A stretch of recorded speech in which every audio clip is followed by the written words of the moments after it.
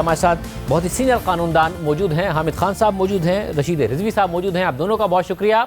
हामिद खान साहब, अगर मैं आपसे पहले जान सकूं कि जाहिर है आइन का एक स्पिरिट है कि जो डिसीजन मेकिंग है वो इंक्लूसिव हो, पॉलिटिकल विक्टिमाइजेशन ना हो, वज़ीर आज़म अपोजिशन लीडर से मुशावरत करें, उसके बाद चेयरमैन नैब तैनात हो, कुछ मजीद ओहदों के बारे में भी यही है। मगर अब अपोजिशन की एक पोजीशन है, वो कह रहे हैं कि अगर अपोजिशन लीडर के ऊपर केसेस हैं तो ये हो नहीं सकता कि चोर अपना ही तफ्तीशी मुकर्रर करे। तो अपोजिशन में ज़ाहिर है बहुत सारी क़यादत है जिसके खिलाफ केसेस हैं। अगर ये मामला पार्लिमानी कमेटी में जाता है तब भी हुकूमत की ख्वाहिश है कि वो अपने आप को अलग कर लें इस मामले से, जो भी अरकान कौमी असम्बली हैं। अगर ये पार्लिमानी कमेटी में जाए तो आप समझते हैं वाकई जो कॉन्फ्लिक्ट ऑफ इंटरेस्ट का मामला है, आइन और कानून एक तरफ अगर कहता भी है कि कंसल्टेशन हो तो उसको मद्देनजर रखते हुए हुकूमत की पोजीशन ठीक है? मैं समझता हूँ महज केस होना किसी के खिलाफ काफ़ी नहीं है कि वो डिस्क्वालीफाई हो जाए। अभी तो केस साबित होना है, तो इस खातर के किसी के खिलाफ कोई केस बन गया है, वो अंडर इन्वेस्टिगेशन है, तो इसलिए वो डिस्क्वालीफाई हो जाता है। इसमें ओपिनियन देने के उस कानून में जबकि वाज़ेह शेक मौजूद है कि ये तकर्री जो है वो लीडर ऑफ द हाउस और लीडर ऑफ द अपोजिशन ने मिलकर करनी है, दोनों की मर्ज़ी से कंसेंसस से होगी, तो इसमें किसी एक को डिस्क्वालीफाई नहीं किया जा सकता इस बुनियाद पर कि जी उसके खिलाफ अपने खिलाफ केसेस हैं नैब के। तो जो अपोजिशन कह रही है कि स्ट्राइक डाउन हो जाएगा अदालत से, आपको लगता है ऐसा हो सकता है? अभी तक जो जजमेंट्स आई हैं इसके ऊपर, सबसे पहली 2001 वाली जजमेंट थी खान ऑफ असफंदियार वली वाली, उसमें उन्होंने कहा था कि ये कुछ ऐसी शिकें हैं इसकी जिनमें तब्दीली नहीं आनी चाहिए क्योंकि ये बहुत अहम है, ये इस एहतसाब से रिलेटेड हैं। फिर उसके बाद भी 2-3 जजमेंट्स आई हैं जिसमें 2 चेयरमैन नैब रिमूव किए हैं सुप्रीम कोर्ट ने। तो बात यह है कि आप नैब के इस कानून में इस तरह की तब्दीली लाते हैं, थ्रू ऑर्डिनेंस लेके आते हैं, और एक नैब के चेयरमैन को जो कि जिसकी मुद्दत पूरी हो चुकी है उसकी मुद्दत में तौसीह करते हैं, ये बिल्कुल गलत बात है, उस कानून की रूह के ख़िलाफ़ है जिस कानून की बुनियाद एहतसाब है। आप किसी शख्स को ये उम्मीद दिलाते हैं कि वो अपनी टर्म के बाद भी जो है वो उस ओहदे पर फायज रहेगा, वो बहुत ही ज़्यादती है और कानून और आइन की रूह के ख़िलाफ़ है। अब ये अदालत क्या फ़ैसला करती है तो मैं आज नहीं कह सकता, लेकिन अगर आज़ादाना फैसला करते हैं तो मेरे नज़दीक ये ऑर्डिनेंस जो है ये जो है सस्टेन नहीं हो सकता। रजीव साहब, एक आइन का और कानून का स्पिरिट है, मगर अगर अदालत ये कह रही, अगर हुकूमत ये कह रही है कि जी तफ्तीशी अपना मुकर्रर नहीं कर सकता है खुद चोर, और दायरे वो लीडर ऑफ द अपोजिशन की बात कर रहे हैं, फिर दीगर जिन पर इल्ज़ाम है कि वो ना आए चेयरमैन नैब की तैनाती के हवाले से, ये कितनी उसूली पोजीशन है जिसमें हुकूमत कहती है कि जी कॉन्फ्लिक्ट ऑफ इंटरेस्ट है लीडर ऑफ द अपोजिशन का और उन दीगर मेम्बरान का जिनके ऊपर इल्ज़ामात हैं या फिर नैब के केसेस हैं?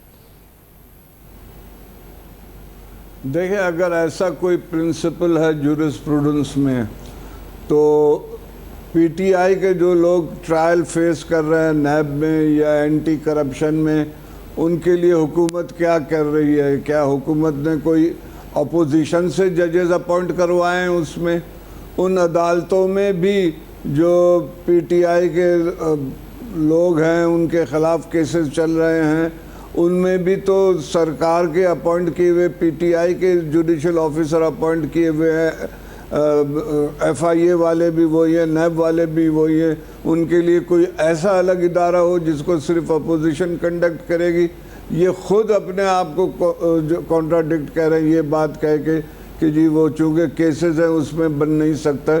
जैसे हामिद खान साहब ने कहा कि जब तक कन्विक्शन नहीं होती every person is to be presumed innocent until proven guilty. तो मैं समझता हूँ कि ये बात कोई वज़न नहीं रखती है। और आप अगर नैब ऑर्डिनेंस का ख़ुद एग्ज़ामिन करेंगे तो उसमें ये है कि in absence of chairman deputy chairman will act as chairman, उसकी प्रोविज़न है। तो उसके बाद आप इस आदमी को क्यों एक्सटेंशन दे रहे हैं? इनकी बदनीयती तो इसी से जाहिर हो रही है कि लॉ में एक है प्रोविज़न की चेयरमैन की एब्सेंस में डिप्टी चेयरमैन काम करेगा, तो फिर ये क्यों उसको ला के बैठाना चाहते हैं?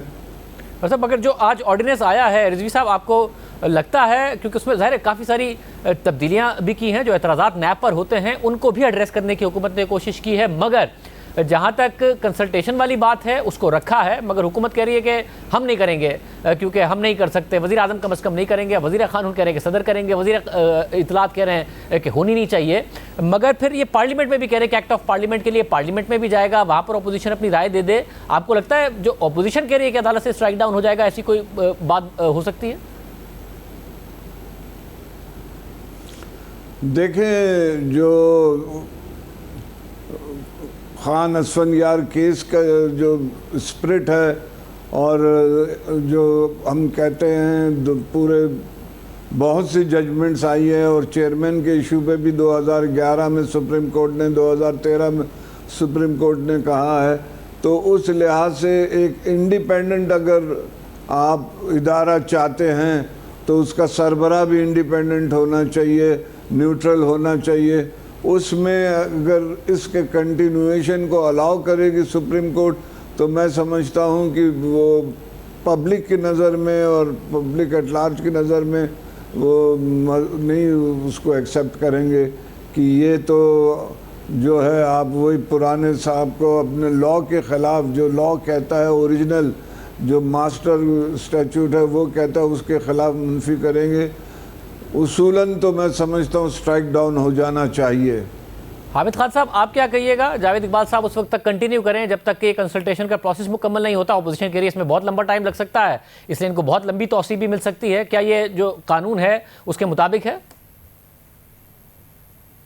देखिए, बात यह है कि कंसल्टेशन होती रहे, लेकिन ये नैब चेयरमैन जिस दिन उसकी टर्म ख़त्म हो जाएगी, 4 साल पूरे हो जाएंगे, उसके बाद एक दिन भी वो कंटिन्यू नहीं कर सकता। आप एक ऑर्डिनेंस के ज़रिए उसको कंटिन्यू करा रहे हैं, तो आप उस बुनियादी कानून की जिसको आप तरमीम जिसकी करने जा रहे हैं बज़रिया ऑर्डिनेंस के, उस रूह के ख़िलाफ़ कर रहे हैं, उसके जो असल मकासद हैं उसके ख़िलाफ़ कर रहे हैं। और अभी तक जो सुप्रीम कोर्ट की इस हवाले से जजमेंट्स हैं उसके बरक्स आप कर रहे हैं। तो मैं समझता हूँ कि कंसल्टेशन बेशक होती रहे, इन द मीन टाइम जो नंबर 2 आदमी है वो एज एन एक्टिंग चेयरमैन चले, लेकिन इस चेयरमैन को 4 साल के बाद कंटिन्यू करना जो है वो सरासर गैर कानूनी होगा। जावेद इकबाल साहब जो हैं रिजवी साहब, वो खुद भी तो जज रहे हैं, सुप्रीम कोर्ट के रिटायर्ड जज हैं, उन्हें इन कानूनी पेचीदगियों का पता होगा। उसके बावजूद अगर वो इस तौसी को कबूल करते हैं तो आपके ख्याल में उन्हें नहीं पता होगा कि ये कानून के मुताबिक है या नहीं है? आपको लग रहा है ये स्ट्राइक डाउन हो जाएगा अदालत से? उनको ये अंदाज़ा तो होना चाहिए कि जो ऑर्डिनेंस है या आ रहा है वो बिल्कुल ही 99 ऑर्डिनेंस के ख़िलाफ़ है, और उसकी जो असफंदियार वली की जजमेंट जो है उसके स्पिरिट के ख़िलाफ़ है। उन्हें अखलाक़ी तौर पे तो कबूल नहीं करना चाहिए, लेकिन इस मुल्क में खानज़ादा साहब एवरीथिंग इज़ पॉसिबल। मैं हामिद खान साहब, फिर मुझे ये भी बताइएगा कि एहतसाब की जो ये स्ट्रगल है, जो नारा है, उसमें आप साथ रहे इमरान खान साहब के, एक लंबा अरसा आप साथ रहे, आपने ये स्ट्रगल की। जो 3 साल तक ये एहतसाब हुआ है, जिस पर अपोजिशन इल्ज़ाम लगाती है कि इंतकाम है, एहतसाब नहीं है, अदालतें कहती हैं कि पॉलिटिकल इंजीनियरिंग है, आप ख़ुद बतौर ऐसी शख्सियत के जिन्होंने साथ स्ट्रगल की, किस हद तक आपको इत्मीनान है कि ये दुरुस्त एहतसाब हुआ है? ये जिस तरह से एहतसाब का अमल चल रहा है कुछ सालों से, वो काबिल तसल्ली तो नहीं है, इत्मीनान बख्श तो नहीं है, क्योंकि उसमें लगता तो है कि सिर्फ अपोजिशन को ही उन्होंने इसमें एहतसाब के तहत लेके आए हैं, और दूसरे लोग जिनका हुकूमत से कोई ताल्लुक़ है, ये जिसको इस्टेब्लिशमेंट पसंद करती है, चाहे उसके ख़िलाफ़ इल्ज़ामात है, केसेस हैं, उसके ख़िलाफ़ एहतसाब नहीं हो रहा। तो इस वक्त तो यही लग रहा है कि जैसे एहतसाब जो है ये हमारी इस्टेब्लिशमेंट इसका सिलसिला चला रही है, उसमें जिसको अप्रूव करते हैं उसके ख़िलाफ़ होता है, जिसको नहीं चाहते उसके ख़िलाफ़ नहीं होता। लिहाजा ये तासुर बड़ा आम पाया जाता है कि एहतसाब अक्रॉस द बोर्ड नहीं हो रहा। मतलब अगर एहतसाब ही लगे, ना कि इंतकाम लगे, इस तासुर को ज़ाइल करने की जिम्मेदारी चेयरमैन नैब की है या किसी और की है? ये चेयरमैन नैब का ही बुनियादी काम है कि वो एहतसाब बराबरी की सतह पर, बराबरी की बुनियाद पर और अक्रॉस द बोर्ड करे। अगर वो नहीं होता तो उसमें जिस पर सबसे बड़ा ब्लेम आएगा वो चेयरमैन नैब ही होगा। और मैं समझता हूँ कि पिछले 4 साल की चेयरमैन नैब की कारकर्दगी कोई तसल्ली बख्श नहीं रही।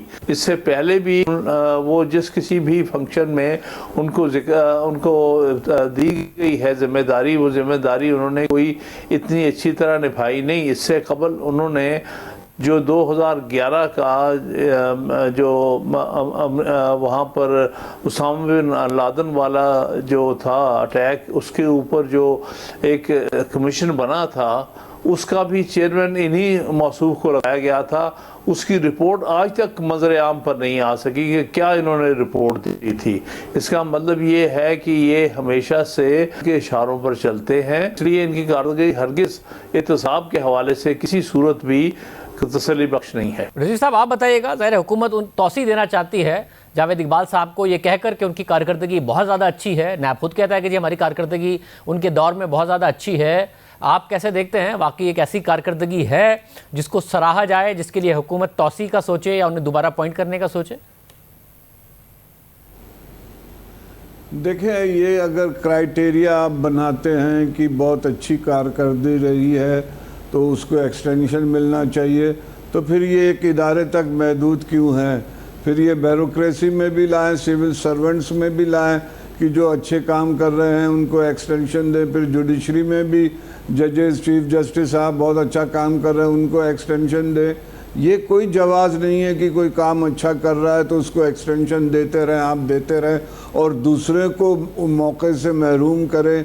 उनके जिसकी बारी है इस वक्त चेयरमैन नैब बनने की, उसको आप डिप्राइव कर दें। ये किसी लॉ में, किसी सिस्टम में, किसी भी इस्टेब्लिशमेंट में ये चीज़ होती नहीं है कि ये बहुत अच्छा है तो इसको अलाउ कर दो, ये कंटिन्यू करता रहे। इस तरह तो सारे डिपार्टमेंट में आप पंडोरा बॉक्स खोलेंगे आप हर जगह, फिर ये कहेंगे कि जी यहाँ बड़ी अच्छी कारकर्दगी है, इसको क्यों आप महरूम कर रहे हैं काम से।